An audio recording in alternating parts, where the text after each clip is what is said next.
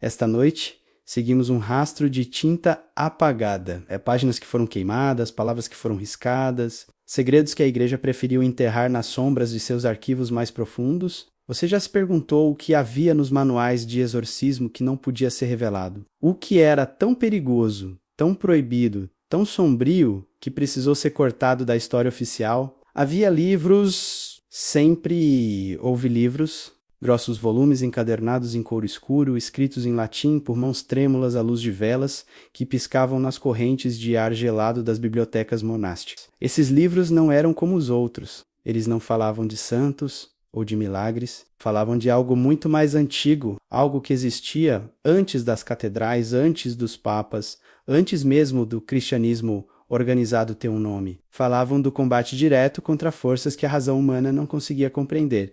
E nesses livros havia instruções, rituais, fórmulas, palavras de poder, que, quando pronunciadas, abriam portas que talvez nunca devessem ser abertas. Mas o que aconteceu com essas páginas? Por que algumas seções foram removidas? Por que certos capítulos desapareceram entre uma edição e outra? E mais importante, quem decidiu o que você poderia saber e o que deveria permanecer oculto? Deixe seu like e comente nos comentários qual mistério você quer que eu desvende no próximo vídeo. Os primeiros manuais de exorcismo não foram escritos pela Igreja Católica, eles eram muito mais antigos. Nas civilizações da Mesopotâmia, há mais de 4.000 anos, os sacerdotes babilônicos já registravam em tábuas de argila os rituais para expulsar demônios. Eles os chamavam de Hashipu, médicos espirituais que tratavam não o corpo, mas a alma possuída.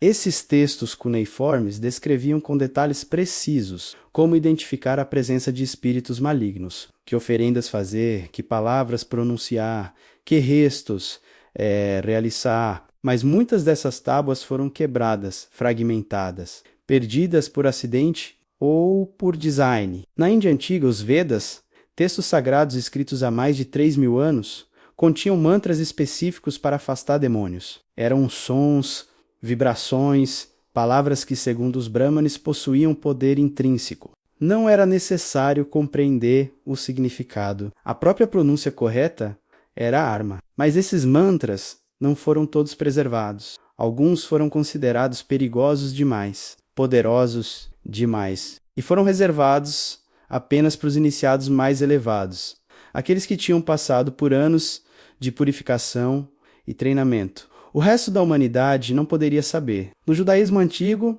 havia textos sobre possessões e expulsões de espíritos malignos. O Talmud menciona casos. A Cabala desenvolveu técnicas complexas envolvendo nomes secretos de Deus e anjos. Mas muitos desses ensinamentos foram transmitidos apenas oralmente, de mestre para discípulo nunca escritos. Por quê?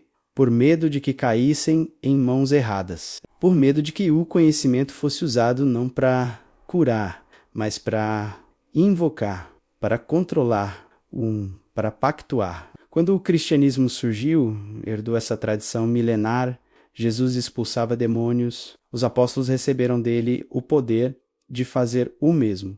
Nos primeiros séculos, os relatos eram abundantes. Tertuliano, um dos primeiros apologistas cristãos dos séculos II e III, descreveu rituais de exorcismo que incluíam a imposição de mãos. O sopro no rosto do possuído, a invocação do nome de Jesus, eram rituais simples, diretos, poderosos na sua simplicidade. Mas algo mudou quando a igreja se institucionalizou. Quando se tornou uma estrutura de poder, quando bispos e papas começaram a organizar, codificar, controlar, o exorcismo não podia mais ser praticado por qualquer cristão fervoroso. Era necessário autorização, treinamento, supervisão e, principalmente, era necessário garantir que os métodos usados não colocassem em risco a autoridade da própria igreja. Foi assim que surgiram os manuais oficiais, documentos que estabeleciam as regras, os limites, o que podia e o que não podia ser feito. E nesses documentos, nas entrelinhas, nas margens, nas páginas que faltavam, estava a verdadeira história. A história do que foi considerado perigoso demais para ser conhecido. Durante a Idade Média, a Europa estava obcecada com demônios. Cada sombra era uma ameaça. Cada gemido na noite era um sinal de possessão. Cada doença inexplicável era atribuída a forças sobrenaturais. E a Igreja, como única instituição capaz de combater o mal, viu seu poder crescer imensamente. Mas com esse poder veio também a responsabilidade de controlar o discurso, de decidir o que era possessão legítima e o que era heresia, de separar os exorcistas santos dos bruxos condenados. Havia uma linha muito tênue. De um lado, o exorcista autorizado pela igreja, armado com suas orações aprovadas, seus objetos sagrados benzidos, sua fé inabalável. Do outro lado, o feiticeiro, o necromante, aquele que também lidava com espíritos, mas de forma proibida. E a diferença muitas vezes não estava no ritual em si, mas em quem o praticava e sob qual autoridade. Os primeiros manuais medievais eram brutalmente honestos. Descreviam não apenas as orações, mas também as técnicas físicas usadas: correntes, algemas, açoites, jejum forçado, isolamento prolongado, submersão em água gelada, tudo justificado como necessário para quebrar a resistência do demônio. Mas e se o possuído fosse, na verdade, apenas uma pessoa com epilepsia ou com transtorno mental? Ou simplesmente alguém que desagradou as autoridades locais? Essas perguntas começaram a incomodar alguns teólogos. Não todos, mas alguns. E quando as revisões dos manuais começaram a acontecer, séculos depois, essas passagens sobre métodos físicos extremos foram suavizadas, removidas, reformuladas. A igreja não queria que gerações futuras soubessem exatamente o que havia sido feito em nome da fé. O mais famoso de todos os manuais foi o Rituale Ramanam, publicado oficialmente em 1614, durante o papado de Paulo V. Mais de 500 páginas de instruções meticulosas sobre todos os rituais que um padre poderia precisar administrar: batismos, casamentos, últimas unções. E, é claro, exorcismos. Era o texto oficial. A palavra final, o guia autorizado. Mas o Rituale Ramanam não foi escrito do zero. Foi uma compilação, uma codificação de práticas que já existiam há séculos, espalhadas por diferentes regiões diferentes, dioceses diferentes, tradições locais. E no processo de compilação, algo foi perdido. Ou melhor, algo foi deliberadamente deixado de fora. Havia variações regionais dos rituais de exorcismo que eram muito mais elaboradas do que a versão oficial. Incluíam invocações de nomes angelicais que não constavam da liturgia aprovada. Usavam objetos que beiravam o mágico, ervas específicas, pedras gravadas com símbolos, amuletos. Algumas dessas práticas eram tão antigas que suas origens se perdiam na névoa do paganismo pré-cristão. A igreja as tolerava localmente, mas não queria oficializá-las. Não queria que se espalhassem. Não queria que se tornassem conhecimento comum. E então havia as perguntas. As perguntas que os exorcistas faziam aos demônios. No Rituale Ramanam, há instruções claras. O exorcista deve perguntar o nome do demônio. Quantos são? Quando entraram? Por que escolheram aquela vítima? Perguntas diretas, objetivas, mas nos manuais anteriores, as perguntas eram muito mais extensas, muito mais detalhadas. Os exorcistas eram instruídos a interrogar os demônios sobre seus poderes, suas hierarquias, seus pactos, seus planos. Era uma verdadeira inquisição espiritual. Por que isso foi reduzido? Por que a igreja decidiu que menos perguntas eram melhores? Talvez porque as respostas fossem constrangedoras, talvez porque os demônios reais ou imaginários revelassem coisas que a igreja preferia manter em silêncio. Talvez porque o diálogo prolongado com entidades malignas fosse perigoso demais, mesmo para um sacerdote consagrado. Havia também instruções sobre como identificar uma possessão verdadeira. O Rituale Ramanam lista sinais: falar línguas desconhecidas, ter conhecimento de coisas ocultas, demonstrar força sobre-humana, repulsa extrema a objetos sagrados. Mas nos manuscritos anteriores havia listas muito mais longas. Alguns textos medievais chegavam a listar 17 sinais diferentes, e muitos desses sinais eram comportamentos que hoje reconheceríamos como sintomas de doenças mentais ou neurológicas. A igreja sabia disso? Alguns clérigos certamente desconfiavam.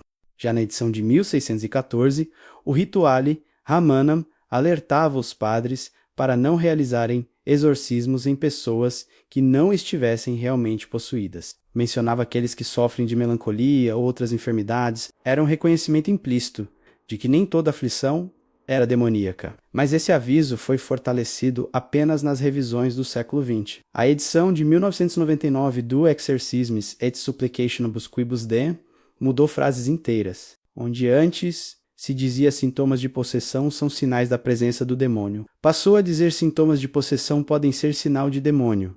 Uma palavra pequena, mais que mudança de significado, que admissão de incerteza, que reconhecimento de que talvez, apenas talvez, a igreja tivesse cometido erros. E o que mais foi mudado nessa revisão? O que mais foi suavizado, reformulado, removido? A igreja nunca publicou um documento comparativo. Nunca disse explicitamente, olhem, aqui está o que nós erramos. Aqui está o que foi excessivo. Aqui está o que não deve mais ser feito. Em vez disso, simplesmente lançou a nova versão e esperou que as antigas fossem esquecidas. Mas os livros têm memória. Os arquivos guardam segredos. E há estudiosos, historiadores, pesquisadores que dedicam suas vidas a comparar as versões, a encontrar as diferenças, a descobrir o que foi apagado. E o que eles encontraram é perturbador. Esta noite, vamos mergulhar nessas páginas perdidas. Vamos desenterrar os segredos que foram cortados. Vamos perguntar não apenas o que foi removido, mas por quê. E principalmente, vamos nos perguntar, o que mais ainda está oculto? Antes do Rituale Ramanan, havia centenas de manuscritos, talvez milhares, espalhados por mosteiros, catedrais, bibliotecas episcopais. Cada um deles era uma cópia de outro, mas as cópias nunca eram perfeitas. Escribas adicionavam notas, padres anotavam nas margens suas próprias experiências. Bispos inseriam instruções locais. Cada manuscrito era único, e muitos deles continham práticas que jamais foram oficializadas. Eles eram chamados de libelli exorcismorum, pequenos livros de exorcismo. Não eram grandes volumes encadernados. Eram cadernos, pergaminhos dobrados, folhas avulsas amarradas com cordão, ferramentas práticas para padres que enfrentavam casos reais em aldeias remotas onde ninguém os supervisionava. E nesses libelli, a criatividade era abundante. Havia rituais que misturavam o cristianismo com práticas muito mais antigas, invocações que incluíam não apenas Jesus e Maria, mas também São Miguel, São Rafael, São Gabriel e uma legião de santos e anjos cujos nomes soavam quase pagãos. Havia instruções para desenhar círculos de proteção no chão ao redor do possuído. Círculos, símbolos que remetiam diretamente à magia cerimonial, à necromancia, às artes que a própria igreja condenava, mas funcionava, os padres acreditavam que sim. E enquanto funcionasse, enquanto o possuído se acalmasse, enquanto os demônios parecessem partir, as autoridades faziam vista grossa, toleravam. Afinal, o objetivo era expulsar o mal, não seguir um manual ao pé da letra, até que a reforma protestante aconteceu. E tudo mudou. Martinho Lutero e os reformadores atacaram os rituais católicos como superstições. Chamaram os exorcismos de teatro, de manipulação, de truques para manter o povo submisso ao clero. A resposta da Igreja Católica foi a Contra-Reforma. E parte dessa resposta foi padronizar, controlar, eliminar as variações que davam munição aos críticos protestantes. Foi nesse contexto que o Rituale Ramanan foi publicado não apenas para guiar os padres, mas para uniformizar, para garantir que todos os exorcistas católicos, em qualquer lugar do mundo, seguissem os mesmos procedimentos. E no processo, todas as práticas regionais que não se encaixavam na nova ortodoxia foram descartadas. Mas e os libelli que continham essas práticas? Eles não desapareceram da noite para o dia. Continuaram circulando. Alguns padres mais velhos, treinados nas antigas tradições, continuaram usando seus manuscritos pessoais. E quando morriam, esses manuscritos passavam para discípulos escolhidos, ou eram escondidos nas bibliotecas dos mosteiros, ou em alguns casos eram queimados. Queimados, por quê? Porque continham conhecimento proibido, conhecimento que a igreja não queria que se espalhasse, conhecimento que nas mãos erradas poderia ser usado não para expulsar demônios, mas para invocá-los. Havia uma paranoia, compreensível talvez, de que exorcistas corruptos pudessem usar seus conhecimentos para fins malignos. Afinal, alguém que sabe como expulsar um demônio também sabe como chamá-lo. Alguém que conhece os nomes dos espíritos malignos também pode os selós para fazer pactos. A linha entre exorcista e feiticeiro era perigosamente fina, e havia casos documentados. Padres que foram acusados de praticar necromancia, clérigos que supostamente usavam rituais de exorcismo, modificados para ganhar poder, riqueza, favores. A Inquisição processou alguns deles, os registros existem, e nesses registros mencionam-se livros, manuais secretos, grimórios disfarçados de textos religiosos. Um desses casos ocorreu no século XIV. Um padre francês foi acusado de possuir um livro que continha não apenas orações de exorcismo, mas também conjurações para forçar demônios a obedecerem suas ordens. O livro foi apreendido, o padre foi julgado, condenado. E o livro? Queimado publicamente na praça da cidade. Mas antes de ser queimado, foi examinado pelos inquisidores. E eles ficaram horrorizados, porque o livro usava a mesma estrutura litúrgica das orações católicas, as mesmas invocações de Cristo, mas torcidas, invertidas, transformadas em algo sombrio. Esse não foi um caso isolado. Havia toda uma categoria de textos conhecidos como grimórios clericais, livros escritos por e para clérigos que queriam explorar os limites entre o sagrado e o profano. Alguns eram mera curiosidade intelectual, outros eram genuinamente perigosos, e a igreja decidiu que todos deveriam ser suprimidos. O problema é que supressão raramente é completa. Cópias sobrevivem. Fragmentos são preservados, e conhecimento proibido tem uma maneira peculiar de ressurgir. Nos arquivos do Vaticano, há uma seção conhecida apenas por alguns, o arquivo secreto. Não é tão secreto quanto o nome sugere. Estudiosos autorizados podem acessá-lo, mas não tudo. Há documentos que permanecem selados, há manuscritos que não aparecem em nenhum catálogo, e há rumores, sempre há rumores, de que alguns dos libelli mais controversos estão lá, protegidos, ocultos, preservados não para uso, mas como evidência de erros passados que não devem ser repetidos. E se esses rumores forem verdade, e se, em algum cofre trancado sob quilômetros de corredores de mármore, houver prateleiras inteiras de manuais de exorcismo que foram banidos, o que eles contêm, que rituais descrevem, que perguntas fazem, que respostas receberam? Ninguém sabe, ninguém admite saber, e talvez seja melhor assim. Talvez alguns segredos devam permanecer enterrados, mas a curiosidade humana é insaciável, e onde há mistério, há sempre alguém disposto a procurar respostas. Se o Rituale Ramanon era o manual oficial da igreja para exorcismos, havia outro livro que, embora nunca oficialmente endossado, teve uma influência devastadora nas práticas reais. Seu nome significa O Martelo das Feiticeiras, Malleus Maleficarum, publicado em 1486 por dois inquisidores dominicanos, Heinrich Kramer e James Spranger. Ele não era, tecnicamente, um manual de exorcismo, era um tratado sobre bruxaria, sobre como identificar bruxas, interrogá-las, julgá-las, condená-las, mas as bruxas, segundo Malleus, estavam em pacto com demônios. E remover esse pacto requeria exorcismo, um tipo especial de exorcismo, um exorcismo que misturava rituais religiosos com tortura física. A igreja nunca aprovou oficialmente o Malleus Maleficarum, nunca o incluiu em seu cânon de textos litúrgicos, mas também nunca o baniu completamente. E durante os séculos XV, XVI e XVII, ele foi reimpresso dezenas de vezes, circulava livremente, e padres, especialmente aqueles envolvidos em julgamentos de bruxaria, o usavam como guia. O Malleus argumentava que as bruxas eram mais suscetíveis à possessão demoníaca porque eram moralmente fracas, especialmente as mulheres. O livro era explicitamente misógino. Afirmava que as mulheres tinham fé mais fraca, resistência espiritual menor, inclinação natural ao pecado, e por isso os demônios as escolhiam como hospedeiras preferenciais. Mas e se uma bruxa não confessasse? E se ela negasse o pacto com o diabo? O Malleus tinha a resposta. O próprio demônio dentro dela estava impedindo de falar a verdade. Portanto, era necessário usar métodos físicos para quebrar a resistência do demônio. Métodos que incluíam privação de sono, jejum extremo, isolamento e, sim, tortura. Eles não chamavam de tortura, chamavam de exame rigoroso, de purificação, de quebra da vontade demoníaca.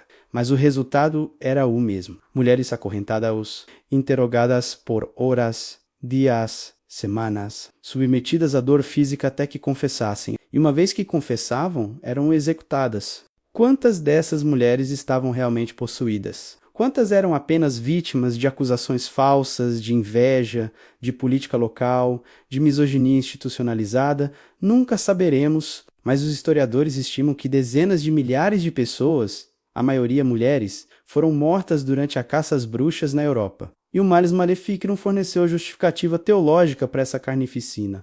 Quando a Igreja começou a revisar suas práticas de exorcismo no século XX, o Malleus foi um dos primeiros textos a ser oficialmente rejeitado. Foi colocado em listas de livros condenados, foi denunciado como produto de sua época, de ignorância, de fanatismo, mas o dano já estava feito. As técnicas descritas no Malleus haviam sido usadas, haviam sido normalizadas, haviam se infiltrado nas práticas reais de exorcismo. E mesmo após a rejeição oficial, ecos do Malleus permaneceram em aldeias remotas onde padres mais velhos ainda praticavam exorcismos da forma como haviam aprendido décadas atrás, em regiões onde a supervisão episcopal era frouxa, em lugares onde a distinção entre exorcismo e punição física era nebulosa, havia relatos, sempre havia relatos, de pessoas, especialmente mulheres, que buscavam a ajuda da igreja alegando possessão e eram submetidas a tratamentos que hoje reconheceríamos como abuso, correntes, isolamento em quartos escuros, jejum forçado, tudo justificado como necessário para expulsar o demônio. A igreja eventualmente estabeleceu protocolos mais rigorosos. Exigiu que antes de qualquer exorcismo, a suposta vítima fosse examinada por médicos, que doenças mentais fossem descartadas, que violência física fosse absolutamente proibida. Mas esses protocolos demoraram séculos para serem implementados. E durante esses séculos, quantas pessoas sofreram desnecessariamente? O Malleus Maleficarum é um lembrete sombrio do que acontece quando o poder religioso encontra a ignorância científica e misoginia cultural. E embora hoje seja amplamente condenado, sua influência nas práticas históricas de exorcismo não pode ser negada. Ele moldou como gerações de exorcistas enxergavam possessão, como tratavam vítimas, como justificavam métodos extremos. E as páginas do Malleus que descreviam esses métodos em detalhe, elas não foram cortadas das edições modernas, porque o Malleus não é mais reimpresso pela igreja, mas cópias antigas existem em bibliotecas especializadas, em coleções de história da Inquisição. E quem as lê fica com uma compreensão perturbadora de quão brutal o exorcismo podia ser quando não havia limites éticos claros. Havia também outros manuais menos conhecidos que o Malleus, mas igualmente problemáticos. Textos escritos por inquisidores regionais, guias práticos para identificar e lidar com possessões. E muitos deles recomendavam métodos que hoje consideraríamos tortura psicológica, isolamento prolongado, interrogatórios repetitivos, ameaças de condenação eterna, tudo projetado para quebrar a resistência do suposto possuído. Esses manuais nunca foram oficializados, nunca receberam aprovação papal, mas circulavam, eram copiados, eram usados. E quando a igreja decidiu limpar sua imagem, quando decidiu que esses métodos eram inaceitáveis, esses manuais eles foram discretamente retirados de circulação. Discretamente, essa é a palavra-chave. Não houve anúncios públicos, não houve admissões de erro. Simplesmente pararam de ser copiados, pararam de ser distribuídos, foram deixados nas prateleiras até que o tempo e o mofo fizeram seu trabalho. E assim, silenciosamente, uma parte da história do exorcismo foi apagada.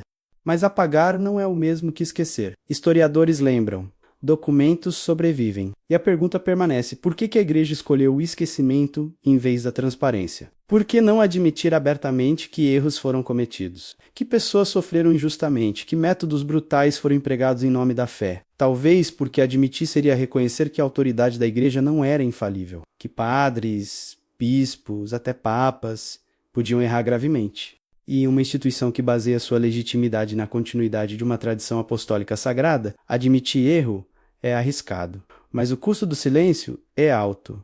É a desconfiança. É a suspeita de que ainda há mais escondido, mais segredos enterrados, mais páginas cortadas. Uma das partes mais intrigantes dos manuais antigos de exorcismo eram as perguntas. Os exorcistas não apenas expulsavam demônios, interrogavam. Era uma prática aceita, até encorajada. O Rituale Romanum instruía claramente: pergunte ao demônio seu nome, quantos são, quando entraram. Mas por quê? Por que conversar com demônios? A resposta teológica era pragmática. Saber o nome do demônio dava poder sobre ele. Era uma crença antiga, presente em muitas tradições espirituais. Nomes têm poder. Se você sabe o nome de algo, pode controlá-lo, bani-lo, destruí-lo. Então os exorcistas perguntavam, e supostamente os demônios respondiam. Através da boca do possuído, vozes distorcidas revelavam nomes: Beelzebu, Asmodeu, Leviatã, nomes que vinham de textos apócrifos, de tradições judaicas, de mitologias antigas. Cada demônio tinha características, hierarquias, domínios, mas alguns exorcistas iam além.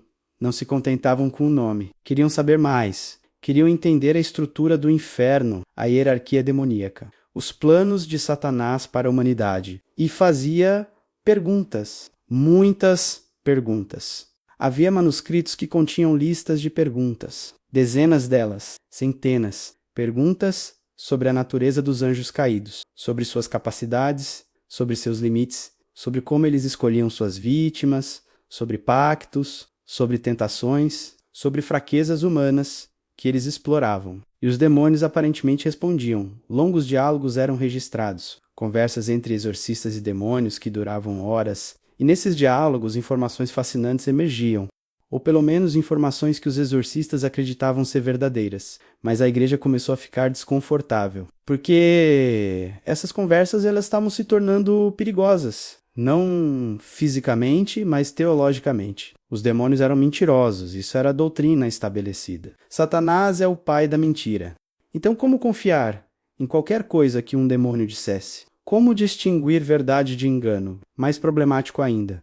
E se o exorcista se deixasse seduzir pelas respostas? E se, no processo de interrogar o demônio, começasse a simpatizar com ele? E se a curiosidade se transformasse em fascínio? E se o fascínio se transformasse em pacto? Havia relatos de exorcistas que enlouqueceram, que se tornaram obcecados com demônios, que começaram a ver possessões onde não havia, que conduziram exorcismos cada vez mais longos, cada vez mais elaborados, cada vez mais perigosos, e alguns, diziam sussurros, cruzaram a linha, tornaram-se eles mesmos servidores das trevas. A igreja reagiu lentamente, mas reagiu. Nas revisões dos manuais, as listas de perguntas foram reduzidas, simplificadas, o foco mudou de interrogar o demônio para expulsá-lo rapidamente. Menos conversa, mais oração, menos curiosidade, mais fé cega. No Rituale Ramanum de 1614, as perguntas permitidas eram apenas as essenciais: nome, número, tempo de entrada, motivo. E mesmo essas perguntas vinham com avisos. O exorcista não deveria prolongar o interrogatório. Não deveria se envolver em debates teológicos com o demônio. Não deveria buscar conhecimento oculto. Mas os manuscritos mais antigos, aqueles que circulavam antes da padronização, eram muito mais liberais. Havia manuais que incluíam perguntas sobre o futuro. Sim, exorcistas perguntavam aos demônios sobre eventos futuros, sobre guerras, sobre mortes, sobre ascensão e queda de reis. E registravam as respostas. Isso era perigosamente próximo de adivinhação de necromância, de práticas que a própria Bíblia condenava. E a igreja sabia disso. Então essas sessões foram removidas, cortadas, perdidas nas revisões, mas algumas cópias sobreviveram em bibliotecas monásticas que não atualizaram seus acervos, em coleções privadas de estudiosos. E quem lê esses textos fica intrigado, porque as perguntas são fascinantes. São janelas para a mente medieval, para como as pessoas entendiam o mal, para como buscavam compreender o incompreensível. Havia também perguntas sobre anjos, não apenas demônios. Alguns exorcistas, em seus interrogatórios, perguntavam aos demônios sobre a hierarquia angelical, sobre os anjos que não caíram, sobre as batalhas cósmicas entre bem e mal, e as respostas supostamente revelavam cosmologias complexas.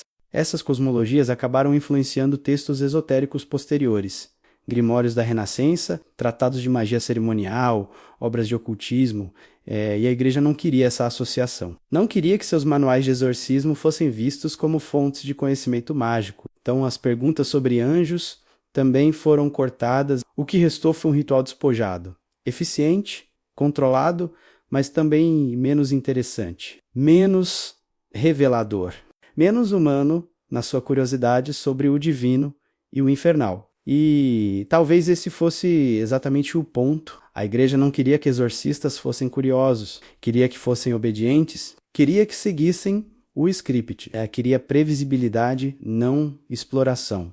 porque exploração é perigosa. Pode levar a lugares que a ortodoxia não aprova, mas a curiosidade humana não pode ser completamente suprimida. Sempre haverá aqueles que fazem mais perguntas, que buscam mais respostas, que não se contentam com o conhecimento aprovado. E esses indivíduos, ao longo da história, foram os que preservaram os textos proibidos, copiaram-nos secretamente, estudaram-nos clandestinamente, mantiveram vivo o conhecimento que as autoridades queriam morto. E assim, paradoxalmente, o ato de censurar garantiu que o censurado sobrevivesse, porque proibição cria curiosidade. E curiosidade cria preservação. Exorcismo não era apenas palavras, era também gestos, objetos and símbolos. E nos manuais antigos, havia instruções detalhadas sobre como usar esses elementos materiais para potencializar o ritual. Havia o crucifixo, óbvio, universal, símbolo central do cristianismo. O exorcista segurava o crucifixo diante do possuído, pressionava-o contra a testa, ordenava ao demônio que olhasse para ele e se rendesse. O poder do Cristo crucificado era a arma principal, mas não era a única. Havia também água benta, aspergida sobre o possuído, sobre o ambiente. A água havia sido benzida por um bispo, infundida com orações, transformada em veículo de graça divina. E quando tocava o corpo do possuído, supostamente causava reações violentas, gritos, convulsões, sinais da presença demoníaca. Havia sal benzido, usado para criar barreiras, linhas no chão que demônios não podiam cruzar. Círculos de proteção ao redor do exorcista era uma prática antiga, mais antiga que o cristianismo. Sal era purificador, preservador, protetor, e foi incorporado aos rituais cristãos. Mas alguns manuais iam mais longe, muito mais longe. Incluíam instruções para criar pentagramas. Estrelas de 5 pontas desenhadas no chão com giz ou carvão, com inscrições nos vértices, nomes de anjos, ou às vezes textos em latim ou hebraico. O exorcista ficava dentro do pentagrama, protegido, e o possuído ficava fora, vulnerável. Pentagramas. Esse símbolo é problemático. Hoje é associado principalmente com o ocultismo, com bruxaria moderna, com Wicca, com práticas que a igreja considera pagãs ou até satânicas. Mas na Idade Média, o pentagrama era um símbolo cristão. Representava as 5 chagas de Cristo. Era usado em igrejas, em brasões, em manuscritos iluminados. Então por que os pentagramas desapareceram dos manuais de exorcismo? Por que o Rituale Raman não menciona seu uso? Porque com o tempo, o símbolo foi sendo associado com magia, com práticas não cristãs. E a igreja decidiu que era melhor evitar ambiguidade, melhor usar apenas símbolos inequivocamente cristãos. Havia também anéis de exorcismo, mencionados em alguns manuscritos, anéis que haviam sido benzidos com orações específicas, gravados com inscrições, símbolos angelicais, versículos bíblicos em miniatura. O exorcista usava o anel durante o ritual e acreditava-se que o anel amplificava seu poder espiritual. Mas da onde vinha essa crença? Não da Bíblia. Talvez de tradições judaicas, onde anéis com nomes de Deus eram usados como proteção. Talvez de tradições ainda mais antigas, onde anéis mágicos eram amuletos de poder. Fosse qual fosse a origem, a prática era popular entre exorcistas medievais. E então foi silenciosamente abandonada. As referências a anéis de exorcismo desapareceram dos textos oficiais. Por quê? Porque anéis mágicos soavam demais como magia. E a igreja estava cada vez mais preocupada em distinguir claramente seus rituais das práticas mágicas condenadas. Havia uma tensão constante. O exorcismo católico usava palavras de poder, objetos sacralizados, gestos rituais, proteções simbólicas, assim como a magia cerimonial usava palavras de poder, objetos sacralizados, gestos rituais, proteções simbólicas. A diferença estava na autoridade invocada. O exorcista invocava Deus, Cristo, os santos. O mago invocava...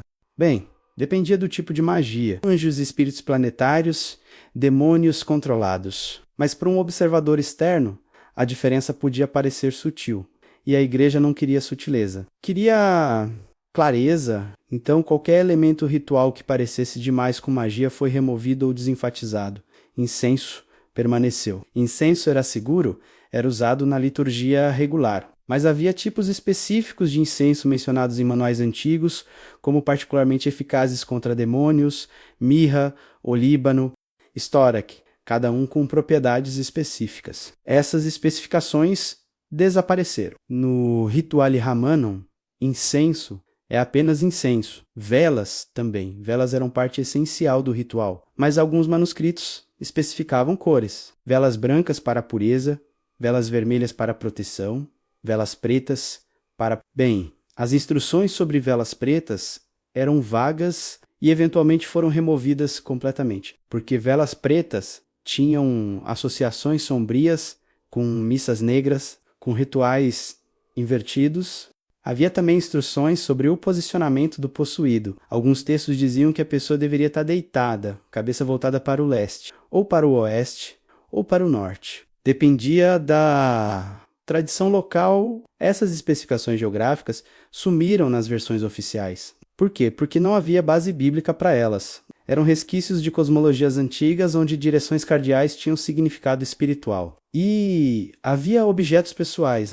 Alguns manuais instruíam o exorcista a segurar algo pertencente ao possuído. Uma peça de roupa, um objeto querido. A ideia era criar uma conexão, ajudar o exorcista a focar sua energia espiritual. Mas isso também soava mágico, simpático, como magia simpática, onde objetos conectados afetam um ao outro à distância. Então essas instruções também foram cortadas. O exorcismo foi se tornando cada vez mais despojado, cada vez mais focado apenas em palavras e fé. Os elementos materiais eles foram minimizados. O que restou era o essencial católico: crucifixo, água benta, orações aprovadas. Mas o despojamento teve um custo, os rituais se tornaram menos dramáticos, menos sensorialmente impactantes. E talvez, para algumas pessoas, menos eficazes, porque fé opera também através de símbolos, através de ações concretas, através de envolvimento sensorial. E quando você remove esses elementos, remove também parte do poder psicológico do ritual. A Igreja apostou que a pureza teológica compensaria a perda de impacto ritual. Talvez tenha compensado, ou talvez exorcismos tenham se tornado menos comuns, justamente porque os rituais se tornaram menos convincentes. Ninguém sabe ao certo, mas os símbolos desaparecidos permanecem como fantasmas nos textos antigos, lembretes de uma época em que o sagrado e o mágico ainda não haviam se separado completamente. Latim era a língua do exorcismo. Sempre foi. Todas as orações, todas as invocações, todos os comandos eram pronunciados em latim. Não na língua vernácula, não no idioma que o possuído entendia. Em latim, por quê? A resposta oficial era que o latim era a língua sagrada da igreja, a língua da tradição, a língua que conectava o exorcista à autoridade apostólica. Mas havia outra razão, menos admitida. Latim era misterioso. Para a maioria das pessoas, era incompreensível. Incompreensibilidade tem poder. O que não se entende parece mais poderoso. Mas o latim não era a única língua usada. Nos manuscritos mais antigos, havia palavras em hebraico. Nomes de Deus em hebraico: Adonai, Elohim, Uehaú, tetragrama impronunciável. Nomes de anjos em hebraico: Micael, Gabriel, Rafiel, Uriel. Hebraico era a língua do Antigo Testamento, a língua em que Deus havia falado aos profetas. E havia uma crença de que palavras hebraicas retinham poder especial, poder mais antigo, mais direto. Então exorcistas as usavam, inseriam-nas em suas orações latinas, criavam híbridos linguísticos que eram parte liturgia cristã, parte invocação judaica. A igreja tolerava isso, com reservas, porque o cristianismo vinha do judaísmo, não podia negar completamente suas raízes. Mas também não queria que exorcistas fossem longe demais nessa direção. Não queria que os rituais parecessem judaicos demais. Então, nas revisões, muitas das palavras hebraicas foram latinizadas, transformadas em algo que soasse mais católico. Mas havia outras línguas que não eram toleradas. Línguas que foram completamente removidas dos manuais. Grego, por exemplo, havia exorcistas que usavam palavras gregas, especialmente na Igreja Oriental, onde o grego era litúrgico. Mas mesmo na Igreja Latina, alguns padres eruditos inseriam termos gregos: Kyrie, logos, pneuma, palavras carregadas de significado teológico. E então havia línguas mais obscuras. Aramaico é a língua que Jesus realmente falava. Alguns exorcistas argumentavam que usar as palavras exatas que Jesus usou ao expulsar demônios nos evangelhos teria poder especial. E os evangelhos ele preservaram algumas dessas palavras em transliteração. Talitha cum, menina, levante-se. Eloi, Eloi, lama sabachthani, Deus meu, por que me abandonaste? Mas a igreja desencorajava o uso de aramaico, porque pouquíssimos padres o entendiam, e usar palavras sem compreender seu significado era perigoso. Poderia levar a erros, a distorções, a usos inapropriados. Havia também línguas que nunca foram oficialmente reconhecidas, mas circulavam em manuscritos marginais, línguas angelicais e línguas enoquianas, supostamente reveladas por anjos, avidentes e profetas. Alfabetos complexos, gramáticas impossíveis. Palavras que, quando pronunciadas corretamente, abriam portais entre dimensões.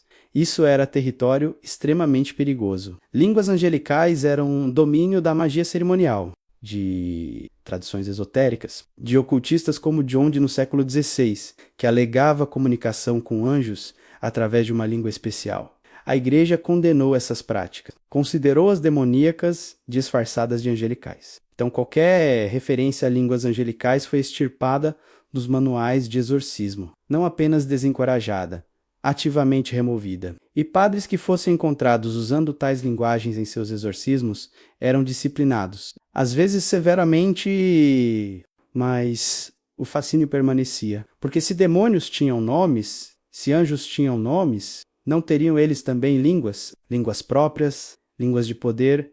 Havia listas nos manuscritos antigos, listas de nomes demoníacos, centenas deles, organizados por hierarquia, por função, por domínio. Cada demônio governava sobre certos pecados, certas tentações, certas aflições, e saber qual demônio estava presente era crucial para expulsá-lo corretamente. Mas de onde vinham esses nomes? Alguns da Bíblia, Belzebu, Satanás, Leviatã, alguns de textos apócrifos, livros que não entraram no cânon bíblico, mas circulavam entre cristãos primitivos. O livro de Enoque, o Testamento de Salomão. Esses textos continham cosmologias demoníacas elaboradas, nomes, descrições, poderes, e alguns nomes vinham de ninguém sabe exatamente, foram registrados em exorcismo, pronunciados por possuídos e aceitos como legítimos, incorporados às listas, mas não tinham fonte verificável. Eram nomes novos ou muito antigos, dependendo de como se interpretava. A igreja ficou desconfortável com essa proliferação de nomes, porque quanto mais nomes havia, mais o exorcismo parecia magia invocatória, parecia necromancia, parecia os próprios grimórios que a Inquisição queimava. Então, nas revisões oficiais, as listas foram drasticamente reduzidas. O Rituale Ramanam menciona apenas Satanás e instrui o exorcista a perguntar o nome do demônio específico, mas não fornece lista alguma. A mensagem era clara: não foque nos nomes, foque em Cristo. Ele é o único nome que importa. Mas os exorcistas práticos sabiam que nomes importavam, pelo menos psicologicamente. Para o possuído, para a família, para a comunidade. Então eles continuaram usando as listas antigas, secretamente passadas de mentor para aprendiz, nunca escritas nos manuais oficiais, mas preservadas oralmente na tradição viva que sempre existiu paralela aos textos autorizados. E assim os nomes sobreviveram. No submundo do conhecimento clerical, sussurrados, lembrados, usados quando necessário. E quando a igreja finalmente tentou recuperar esse conhecimento, para a revisão do século XX, descobriu que havia divergências. Diferentes tradições tinham diferentes listas, diferentes nomes, diferentes hierarquias. Decidiu-se que era melhor não tentar padronizar, melhor deixar isso vago, melhor focar no essencial. Cristo tem autoridade sobre todo mal, independente de nome. Foi uma solução pragmática, mas também uma admissão implícita de que a igreja havia perdido controle sobre parte de sua própria tradição esotérica, que havia conhecimento nas margens que não podia mais ser recuperado ou sistematizado. E talvez, apenas talvez, isso fosse melhor, porque conhecimento demais sobre demônios pode ser tão perigoso quanto conhecimento de menos. Para cada exorcismo registrado nos anais da igreja, há dezenas, talvez centenas, que nunca foram documentados, que aconteceram em silêncio em aldeias remotas, em capelas esquecidas, conduzidos por padres rurais que nunca reportaram aos seus superiores. Por quê? Às vezes por humildade, ou medo de parecer supersticioso, ou porque o caso era complicado. Havia categorias de possessão que os manuais oficiais não abordavam, ou abordavam de forma tão vaga que não ofereciam orientação prática. E nesses casos, os padres improvisavam, faziam o melhor que podiam. E depois, discretamente, não mencionavam o que havia acontecido. Crianças, por exemplo, crianças supostamente possuídas, era um problema teológico. Como uma criança inocente poderia ser possuída? Especialmente se batizada? O batismo não deveria proteger contra demônios, mas havia casos, crianças exibindo comportamentos inexplicáveis, violência, linguagem obscena, conhecimento impossível.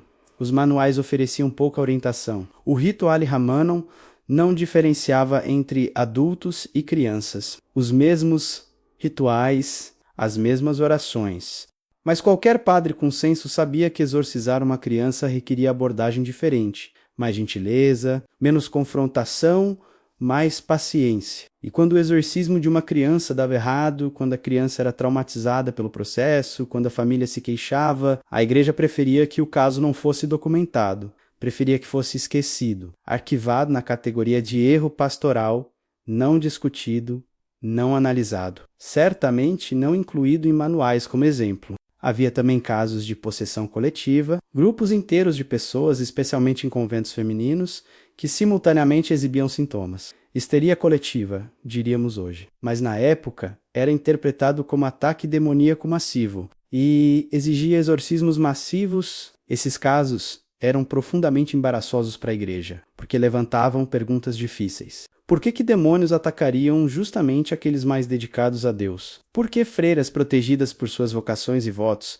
seriam vulneráveis? Não fazia sentido teológico. Algumas dessas possessões coletivas foram documentadas porque se tornaram muito públicas, muito escandalosas, para serem ignoradas. O caso de Lauden na França no século XVII, o caso de Lauviers, freiras convulsionando, gritando obscenidades, acusando padres de seduzi-las através de magia. Levou a julgamentos, execuções, caos social. Mas quantos outros casos menores nunca chegaram a essa escala? Quantas possessões coletivas foram discretamente resolvidas sem registro? Os padres envolvidos foram instruídos a manter silêncio. Bispos enviaram instruções privadas. E os casos desapareceram da história. Havia também possessões que envolviam acusações de abuso sexual. Mulheres que alegavam ter sido possuídas após serem violentadas e em suas possessões nomeavam seus agressores. Às vezes, padres, às vezes homens poderosos da comunidade. Esses casos eram dinamite. Se o exorcista acreditasse na vítima, teria que tomar ação contra homens influentes. Se não acreditasse, teria que assumir que a possessão era falsa ou que o demônio estava mentindo. Em qualquer cenário, era perda de autoridade. Então, muitos desses casos foram silenciosamente encerrados. A mulher foi exorcizada e nunca mais se falou no assunto. Suas acusações foram enterradas junto com a documentação do exorcismo. Se é que houve documentação, e havia casos de exorcismos que falharam completamente, onde o possuído não melhorou, ou piorou ou morreu durante o ritual. Esses casos eram raramente documentados, porque representavam falha, e falha questionava a eficácia dos rituais, questionava a autoridade da igreja, questionava a própria existência de possessão real. Um padre que conduzisse um exorcismo fatal enfrentava situação terrível. Se reportasse, poderia ser acusado de negligência ou até homicídio. Se não reportasse, vivia com a culpa e com medo de ser descoberto. Muitos escolheram o silêncio, enterraram as vítimas, inventaram desculpas e nunca mais realizaram exorcismo algum.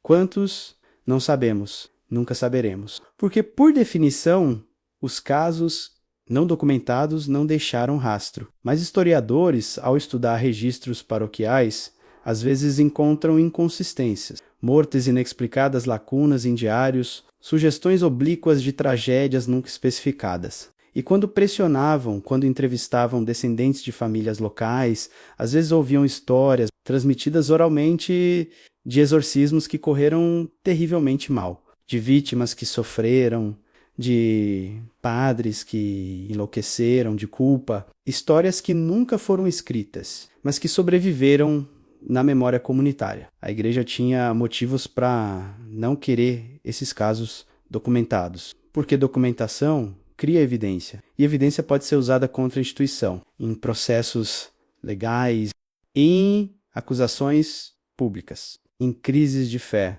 Então, desenvolve você uma cultura de discrição. Padres eram instruídos a ser cautelosos sobre o que escreviam. Bispos mantinham arquivos separados, inacessíveis. E quando casos problemáticos surgiam, a solução preferida era a transferência. Mover o padre para outra paróquia, mover a vítima para outra diocese, dispersar os envolvidos e esperar que o tempo fizesse o resto. Essa cultura de discrição não era a única do exorcismo. Permeava muitos aspectos da administração eclesiástica. Mas no contexto de exorcismo, tinha consequências particularmente graves, porque significava que não havia aprendizado institucional. Não havia análise sistemática do que funcionava e o que não funcionava. Não havia proteção para futuras vítimas. Cada padre que realizava um exorcismo estava, em certa medida, começando do zero. Tinha os manuais oficiais, sim, mas os manuais eram genéricos. Não cobriam casos específicos, não ofereciam estudos de caso detalhados. Não advertiam sobre erros comuns e, se um padre procurasse a orientação de um superior mais experiente, a resposta frequentemente era vaga. Use seu discernimento, confie na graça de Deus, siga o manual, orientação que soava pia, mas oferecia pouca ajuda prática. Alguns padres, os mais diligentes ou mais perturbados por suas experiências, mantinham diários pessoais. Registravam os exorcismos que realizavam, as técnicas que usavam, os resultados que obtinham. Esses diários nunca foram oficiais, nunca foram publicados, mas ocasionalmente sobrevivem. Em arquivos de família, em coleções de bibliotecas, e quando historiadores os encontram, oferecem janelas fascinantes para a prática real do exorcismo e revelam uma verdade desconfortável. O exorcismo real era muito mais caótico, muito mais improvisado, muito mais ambíguo do que os manuais oficiais sugeriam. Era uma prática viva, adaptável, humana, com todos os erros e acertos que a humanidade implica. Em 1999, após décadas de trabalho, o Vaticano publicou uma nova versão do ritual de exorcismo, The Exorcismus et Supplicationibus Quibusdam, sobre exorcismos e certas súplicas. Era a primeira revisão major desde 1614, quase 4 séculos. Por que demorou tanto? E por que finalmente decidiram revisar? As razões eram múltiplas. Pressão científica, a psicologia e a psiquiatria haviam avançado enormemente. Doenças que antes eram atribuídas a demônios agora tinham diagnósticos: médicos em esquizofrênia, epilepsia, transtorno dissociativo de identidade. E a igreja não podia mais ignorar esse conhecimento. Havia também pressão legal. Em países desenvolvidos, realizar exorcismos sem antes descartar causas médicas estava se tornando juridicamente arriscado. Famílias processavam, vítimas demandavam compensação. E a igreja estava perdendo esses casos porque os tribunais não aceitavam possessão como diagnóstico legítimo. E havia pressão interna. Padres jovens, treinados em seminários modernos, com educação em ciências humanas, estavam desconfortáveis com o ritual antigo.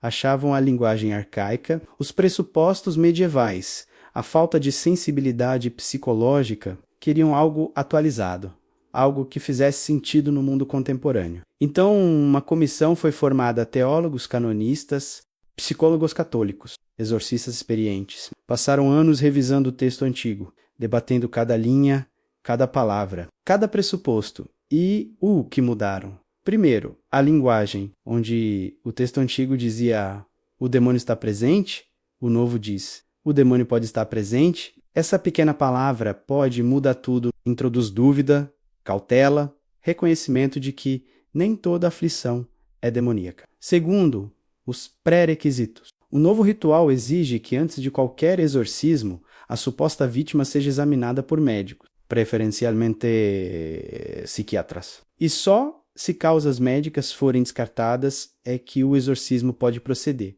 Essa foi uma mudança revolucionária. Colocou a ciência antes da teologia, admitiu que médicos poderiam saber mais sobre certas aflições do que padres. Terceiro, as orações. Muitas foram reescritas, suavizadas, o tom confrontacional foi reduzido. Menos ênfase em ameaçar e ordenar o demônio. Mais ênfase em orar pela libertação da pessoa. A vítima, não o demônio, tornou-se o foco central.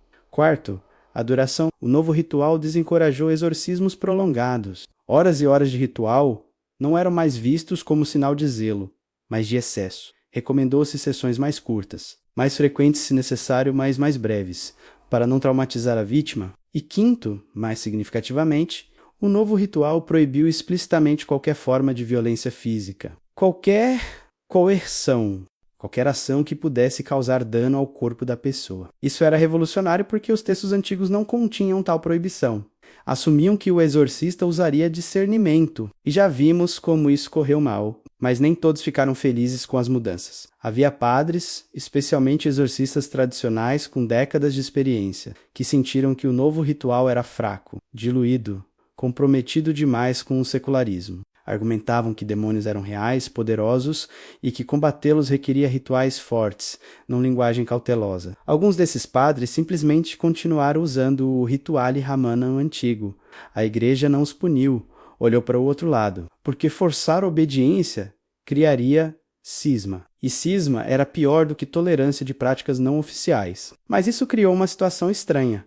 Havia agora 2 rituais de exorcismo em uso simultâneo. O novo, oficial, recomendado, e o antigo, não oficial, mas tolerado. E, dependendo de qual padre você procurasse, você receberia um tratamento completamente diferente. Alguns padres argumentavam que o ritual antigo era mais eficaz. Tinham testemunhos, casos onde o novo ritual havia falado, mas o antigo havia funcionado. Como explicar isso? Era realmente uma questão de eficácia espiritual? Ou era efeito placebo? A vítima e a família acreditavam mais no ritual antigo, então ele funcionava melhor psicologicamente? A igreja nunca respondeu essas perguntas publicamente. Manteve ambiguidade deliberada. Disse que ambos os rituais eram válidos quando usados apropriadamente, mas não especificou o que apropriadamente significava. Havia também elementos do ritual antigo que foram completamente removidos sem explicação oficial. Pequenas orações, gestos específicos, referências a certos santos. Por quê? Os documentos da comissão de revisão nunca foram totalmente publicados, apenas o resultado final. Então, estudiosos só podem especular. Algumas especulações são intrigantes. Por exemplo, o ritual antigo mencionava São Miguel Arcanjo extensivamente, príncipe das hostes celestiais, guerreiro contra Satanás, protetor dos exorcistas. O novo ritual menciona São Miguel, mas muito menos. Por quê? Talvez porque a devoção a São Miguel havia se tornado associada com movimentos católicos ultraconservadores, e a igreja queria distanciar o exorcismo dessas associações políticas. Havia também referências ao preciosíssimo sangue de Cristo, invocações repetidas do poder do sangue derramado na cruz. O novo ritual mantém isso, mas reduz a frequência. Por quê? Talvez porque a imagem de sangue parecia primitiva, violenta, inadequada para sensibilidades modernas. E havia toda uma sessão sobre exorcismo, de lugares, não apenas pessoas, mas casas, campos, objetos. O ritual antigo oferecia orações específicas para expulsar demônios de locais supostamente assombrados. O novo ritual mantém isso, mas de forma muito reduzida, quase como nota de rodapé. Por quê? Talvez porque exorcismo de lugares parecia ainda mais supersticioso do que exorcismo de pessoas. Mais difícil de distinguir de práticas pagãs de purificação, mas a mudança mais controversa foi sobre possessão versus opressão.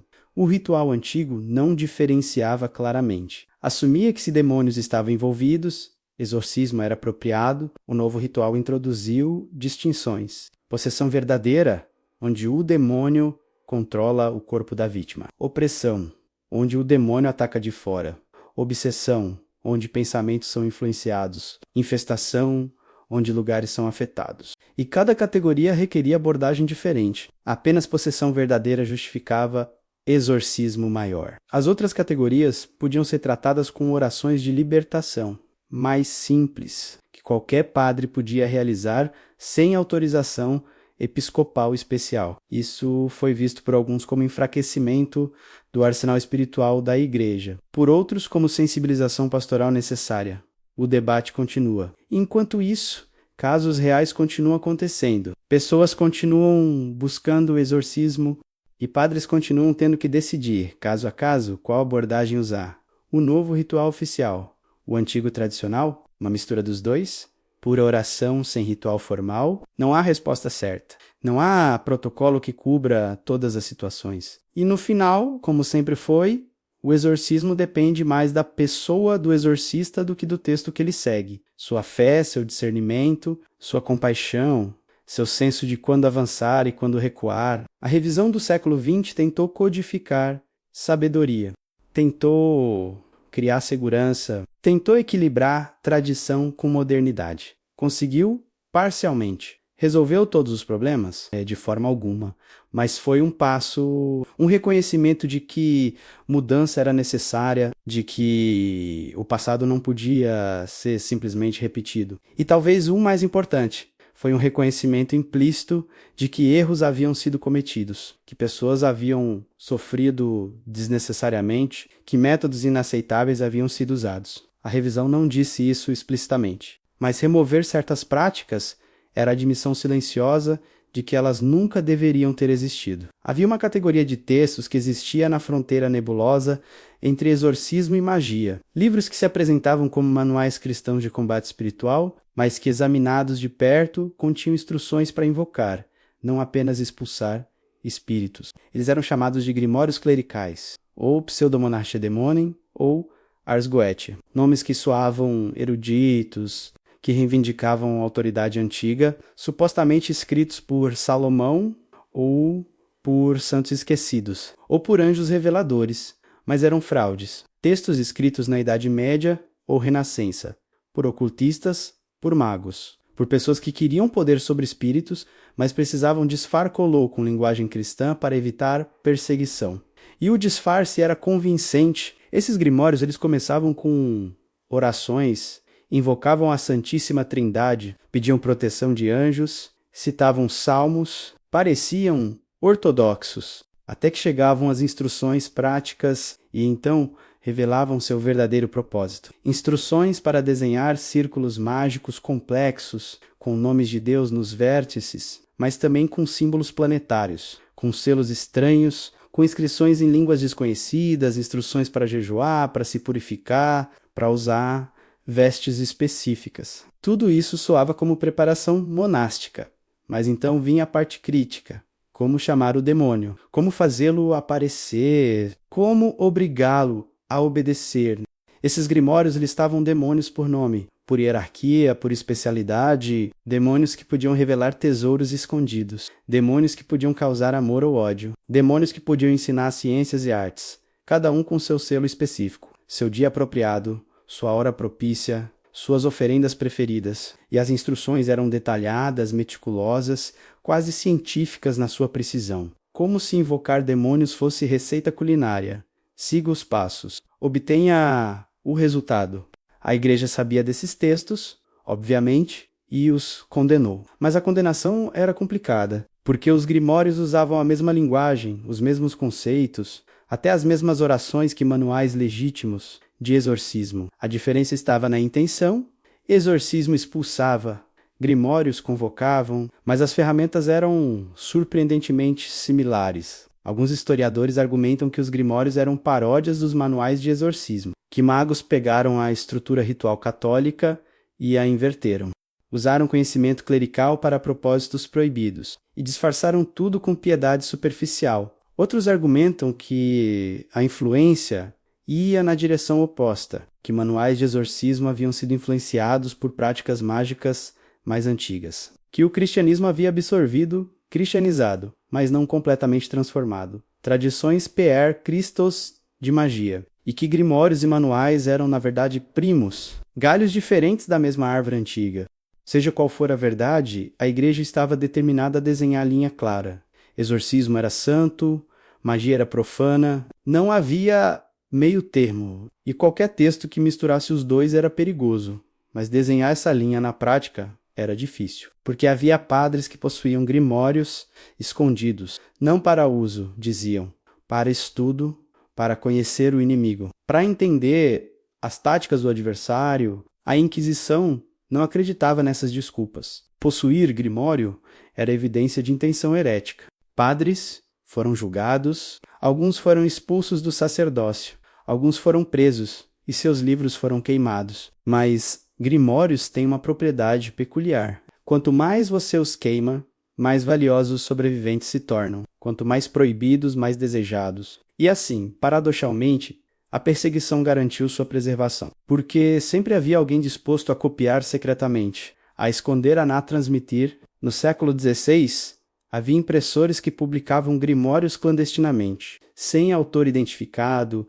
sem local de publicação, distribuídos através de redes subterrâneas de estudiosos esotéricos. E alguns desses impressores eram, surpreendentemente, clérigos, padres que viam valor no conhecimento proibido, que não concordavam com a supressão. Um dos grimórios mais famosos é a Clavícula Salomonis, a chave menor de Salomão. Alegava conter ensinamentos que o rei Salomão usou para controlar demônios durante a construção do templo. Era pura fantasia.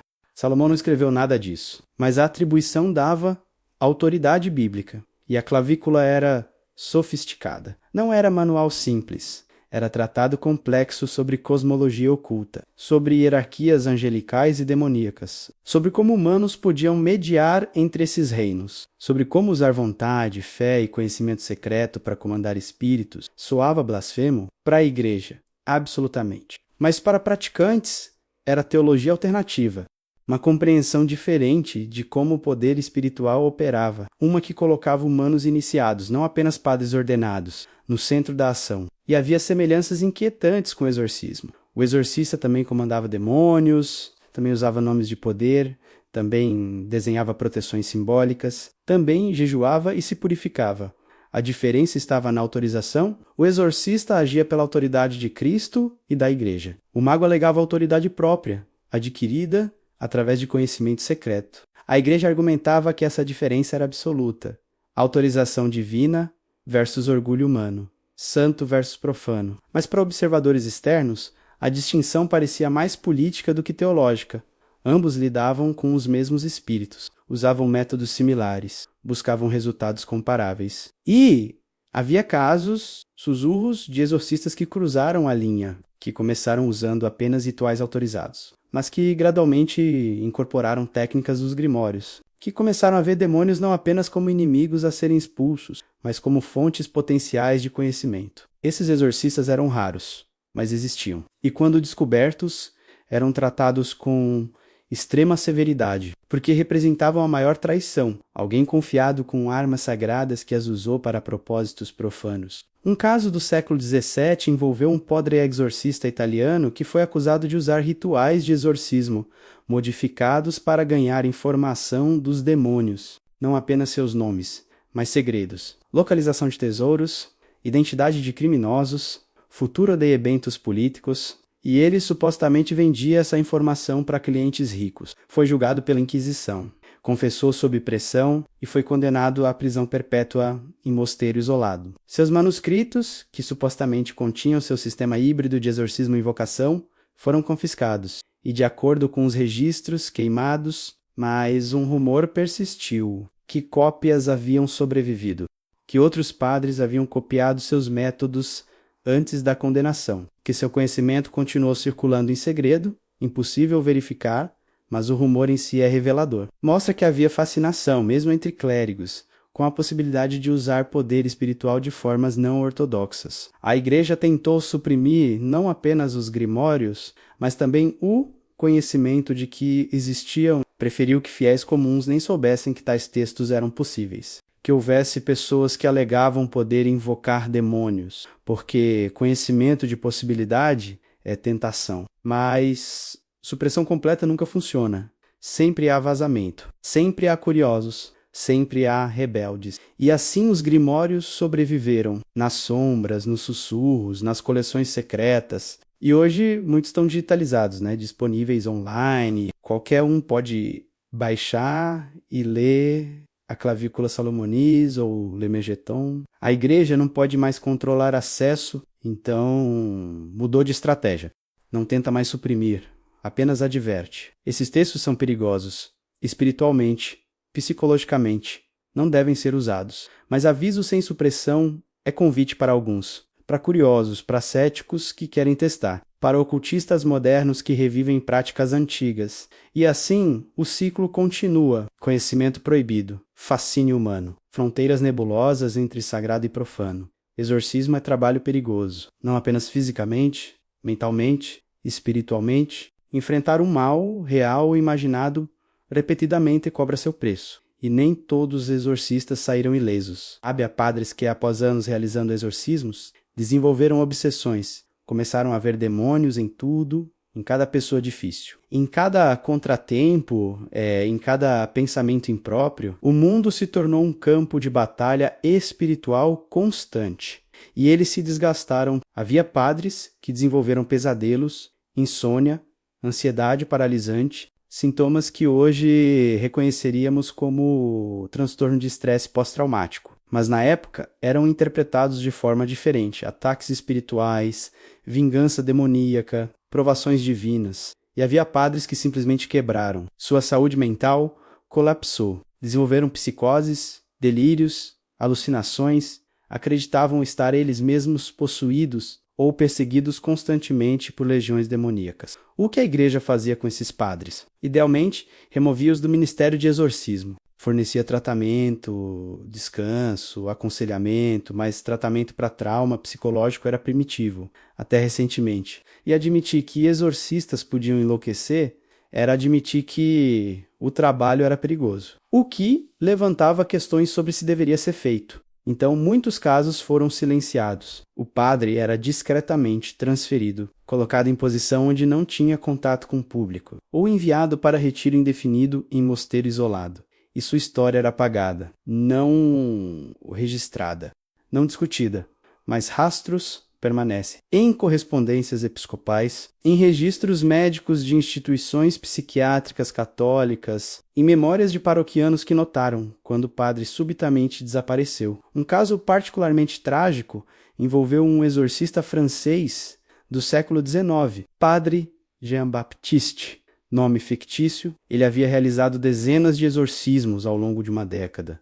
Era respeitado. Considerado especialmente dotado, famílias viajavam grandes distâncias para buscá-lo, mas gradualmente começou a mudar. Tornou-se recluso, paranoico. Alegava que demônios que havia expulsado estavam retornando para atormentá-lo. Instalou cruzes em cada parede de seu quarto. Dormia com água benta ao lado, realizava autoexorcismos diariamente. Seus superiores tentaram ajudar. Ordenaram que parasse de fazer exorcismos. Enviaram-no para a casa de repouso. Mas ele não melhorava.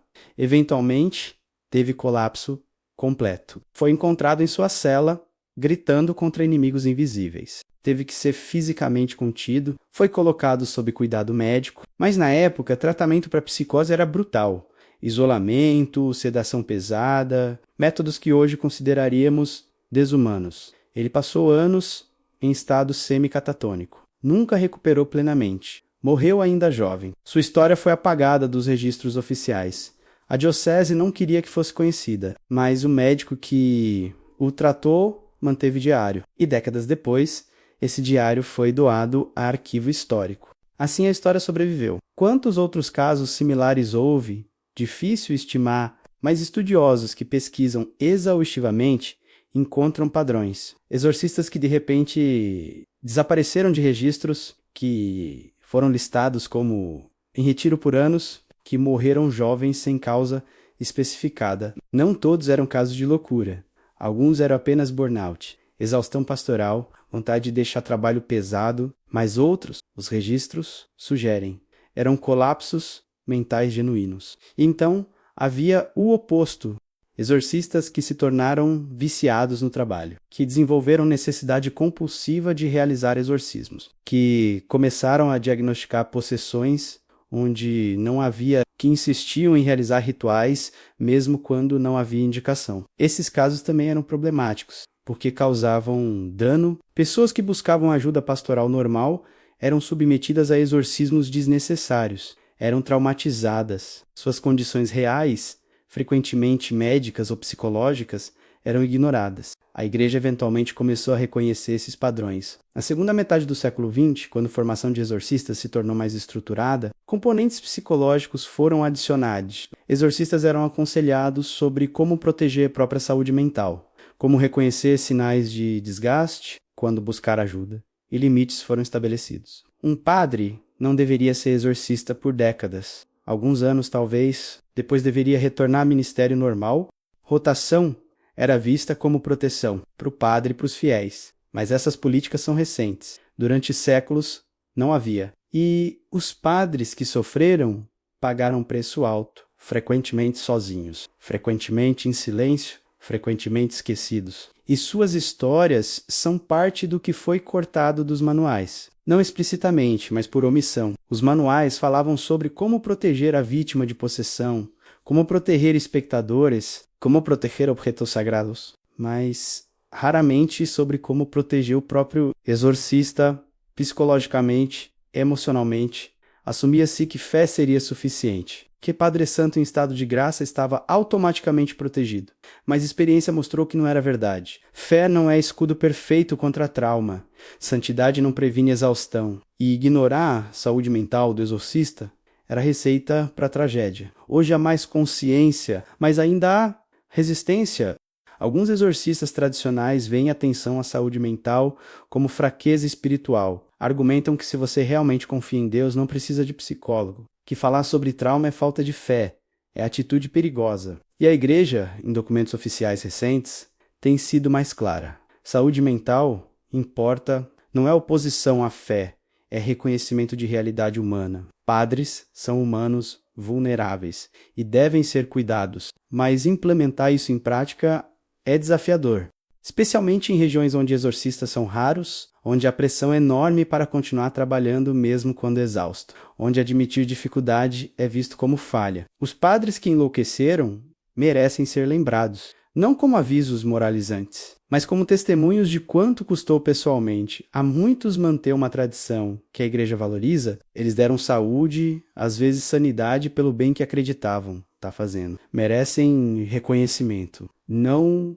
esquecimento. A história oficial do exorcismo é história de homens, padres, bispos, papas, autoridade masculina exercendo poder sobre demônios. Mas houve mulheres, sempre houve, e suas histórias foram sistematicamente apagadas. Nos primeiros séculos do cristianismo, antes que estruturas rígidas de poder se consolidassem, havia mulheres carismáticas que expulsavam demônios. Os Atos dos Apóstolos mencionam profetisas. Epístolas paulinas reconhecem mulheres líderes de comunidades. E se comunidades reconheciam a autoridade espiritual dessas mulheres, certamente algumas praticavam exorcismo. Mas quando a igreja institucionalizou, quando a ordenação se tornou exclusivamente masculina, quando a hierarquia se solidificou, mulheres foram excluídas do ministério oficial de exorcismo. Apenas padres ordenados podiam realizar o grande exorcismo, e padres eram homens, mas necessidade não respeita regras. Em comunidades remotas, onde padres eram raros ou ausentes, mulheres preenchiam vazio. Mulheres piedosas, curandeiras, benzedeiras, aquelas que conheciam orações antigas, ervas, rituais, e quando alguém apresentava sintomas de possessão, essas mulheres eram chamadas, elas não chamavam o que faziam de exorcismo, chamavam de benzeção, de cura espiritual, de oração de libertação. Usavam água benta, crucifixos, palavras sagradas, métodos quase idênticos aos usados por padres, mas sem autorização oficial. A igreja tolerava isso? Dependia. Em áreas católicas tradicionais da América Latina, África, Europa rural, havia longa tradição de mulheres benzedeiras. A igreja oficialmente desaprovava, mas padres locais frequentemente faziam vista grossa, porque essas mulheres ajudavam, forneciam cuidado espiritual que o clero sobrecarregado não conseguia, mas em períodos de caça às bruxas, tolerância evaporou. Mulheres que praticavam cura espiritual foram acusadas de bruxaria, de pacto com o demônio, de usar poder maligno disfarçado de piedade. Muitas foram julgadas, condenadas, executadas, A ironia é brutal. Mulheres que expulsavam demônios foram acusadas de servir demônios. Por quê? Porque poder espiritual nas mãos de mulheres não ordenadas era inaceitável para autoridades. Era desafio à hierarquia.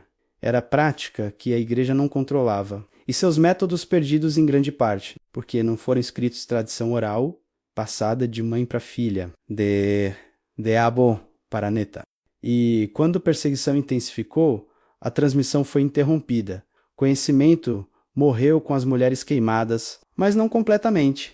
Em alguns lugares, tradições sobreviveram. No Brasil, por exemplo, até hoje há benzedeiras que realizam rituais de afastamento de espíritos ruins ou mal olhado. Usam orações católicas, mas misturadas com elementos de outras tradições, afro-brasileiras, indígenas, é sincretismo vivo. A igreja oficial desaprova, mas não pode erradicar, porque essas práticas estão profundamente enraizadas em cultura popular. E porque, pragmaticamente, atendem necessidade que a igreja não tem recursos para suprir. Havia também freiras, santas mulheres em conventos. Algumas desenvolveram reputações como místicas poderosas, capazes de visões, de êxtases, de milagres, e algumas alegadamente expulsavam demônios. Santa Catarina de Siena, no século XIV, foi creditada com exorcismos. Relatos da época dizem que ela libertou várias pessoas possuídas através de oração intensa, mas ela nunca realizou rituais formais,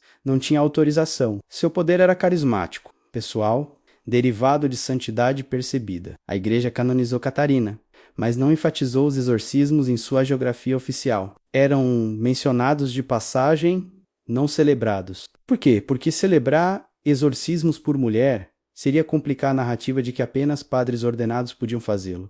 Havia tensão constante. A igreja venerava santas mulheres, mas limitava seu poder oficial, reconhecia seus dons espirituais, mas não lhes dava autorização institucional. Elas podiam ser santas, mas não sacerdotes, podiam orar por libertação, mas não exorcizar formalmente. Essa distinção sempre foi artificial, teologicamente questionável, mas politicamente necessária para manter estrutura de poder. E as mulheres que cruzaram linha, que alegaram autoridade para exorcizar, foram punidas, silenciadas, apagadas, seus nomes não aparecem em manuais de exorcismo. Suas técnicas não foram preservadas em textos oficiais. Sua contribuição para a tradição de combate espiritual foi negada, como se nunca tivessem existido, mas existido. E em lugares onde registros sobreviveram, onde historiadores procuraram nas margens, suas histórias emergem fragmentadas, incompletas, mas reais. No século XX, houve movimento por parte de algumas mulheres católicas para reivindicar lugar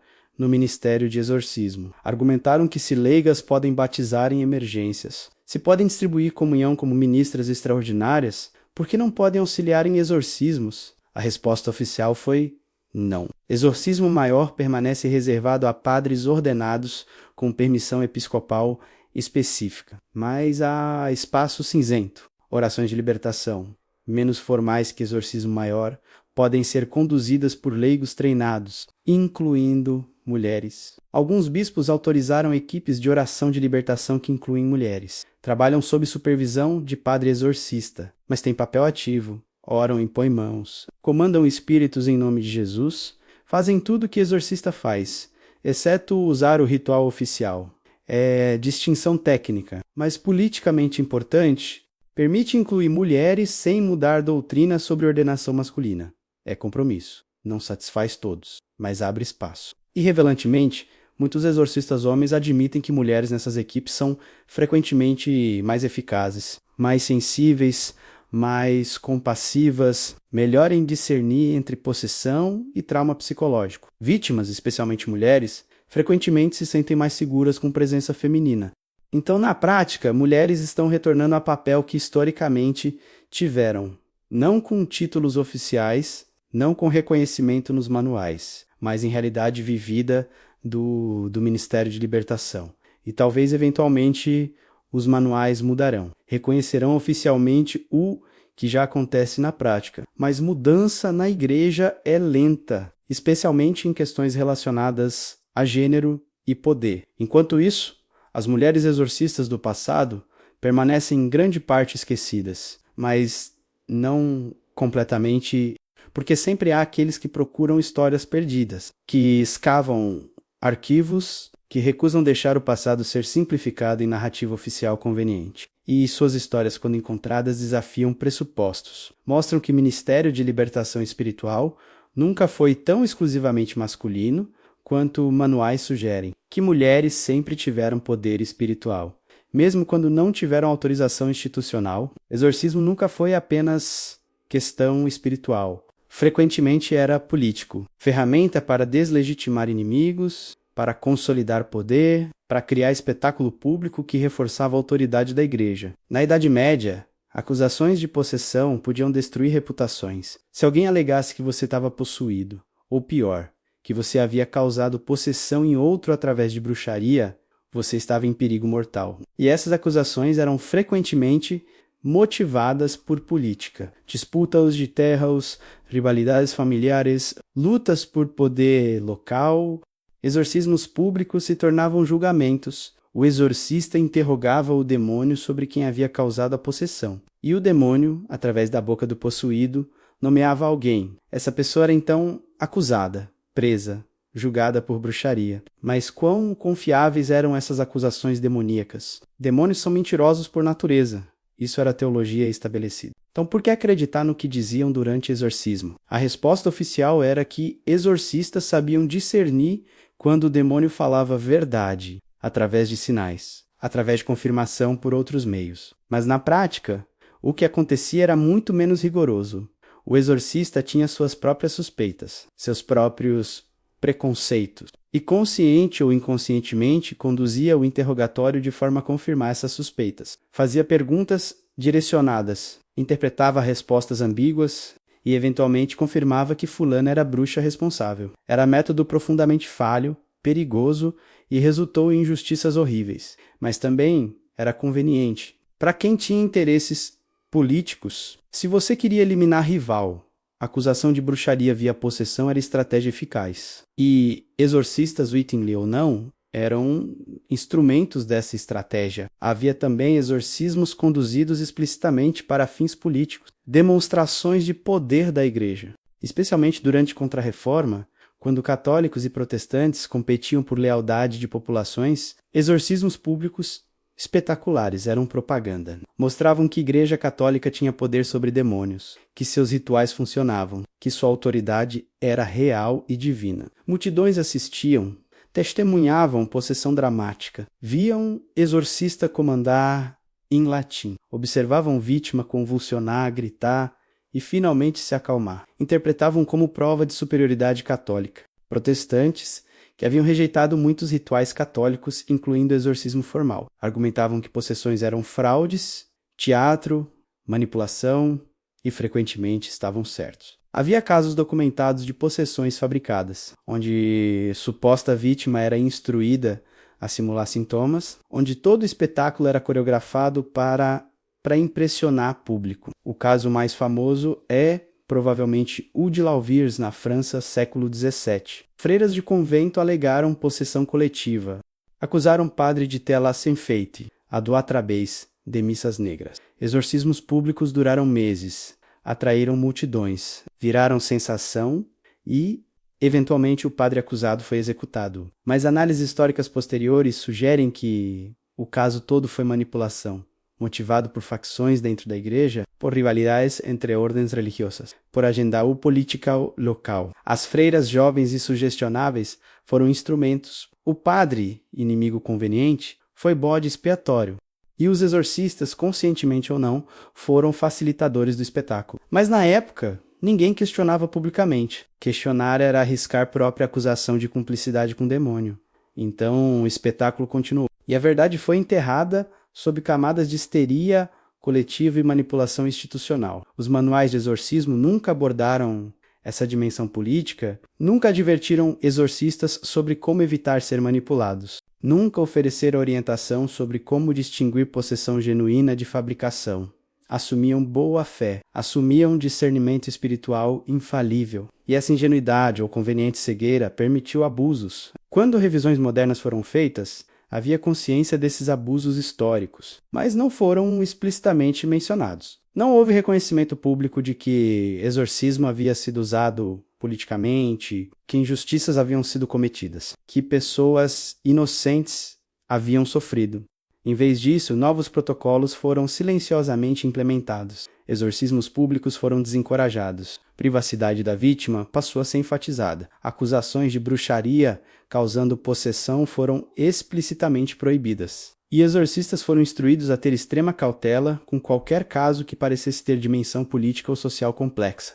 São melhorias, mas vêm séculos tarde demais para vítimas dos exorcismos políticos e não desfazem o dano à credibilidade da prática. Para muitos, especialmente fora da igreja, exorcismo permanece associado com superstição, histeria e manipulação. E essa associação vem diretamente dos abusos históricos que nunca foram plenamente reconhecidos ou reparados. Chegamos ao fim desta jornada. 2 horas explorando o que foi cortado dos manuais de exorcismo, o que foi escondido, o que foi esquecido e principalmente porque vimos práticas brutais herdadas da caça às bruxas. Vimos perguntas proibidas que adentravam território perigoso. Vimos símbolos que desapareceram por serem mágicos demais. Vimos línguas secretas e nomes esquecidos. Vimos casos não documentados e exorcistas que enlouqueceram. Vimos mulheres apagadas e manipulações políticas. Cada corte tinha razão. Às vezes boa razão, proteger vítimas, prevenir abusos, distinguir sagrado de profano, adaptar a conhecimento moderno. Mas cada corte também foi perda de conhecimento, de contexto, de honestidade histórica. A igreja escolheu repetidamente o esquecimento sobre a transparência, o silêncio sobre a admissão, a revisão sem explicação. E essa escolha criou mistério. Criou suspeita, criou a sensação de que há sempre mais escondido do que revelado. E há, provavelmente. Arquivos do Vaticano são vastos. Poucos foram completamente catalogados. Menos ainda foram disponibilizados a pesquisadores. Há seções que permanecem seladas. Documentos que ninguém vivo leu. E dentro desses documentos certamente há mais histórias, mais casos, mais revelações, mas talvez o mais perturbador não seja o que está escondido em arquivos. É o que foi perdido completamente. Manuscritos queimados, tradições orais interrompidas. Conhecimento que existia apenas nas memórias de exorcistas mortos há séculos. Esse conhecimento não pode ser recuperado. Está perdido para sempre. E devemos lamentá-lo ou celebrar, afinal, muito do que foi perdido era problemático. Métodos brutais, superstições, perigossaus, misoginia institucionalizada, talvez seja melhor que tenha sido esquecido. Mas esquecer sem entender é perigoso, porque padrões se repetem. Erros ressurgem sob novas formas. E se não estudamos o passado honestamente, se não reconhecemos falhas, não aprendemos, não crescemos, não evitamos repetir tragédias. A igreja moderna de exorcismo é diferente da medieval. Muito melhor em muitos aspectos, mais cuidadosa, mais compassiva, mais consciente de ciência, mas ainda herdeira daquela tradição. Ainda usa versões modificadas dos mesmos rituais. Ainda enfrenta tensões similares entre fé e razão, entre autoridade e compaixão, entre ortodoxia e eficácia, e ainda há segredos, casos que não são divulgados, exorcismos que acontecem longe de atenção pública, decisões tomadas em corredores privados do Vaticano sobre o que pode e o que não pode ser dito, a cultura de discrição que vimos ao longo desta história. Não desapareceu completamente, mas há também mais abertura do que antes. Exorcistas modernos escrevem livros, dão entrevistas, alguns até participam de documentários à vontade de desmistificar, de educar, de prevenir mal-entendidos e abusos. É progresso real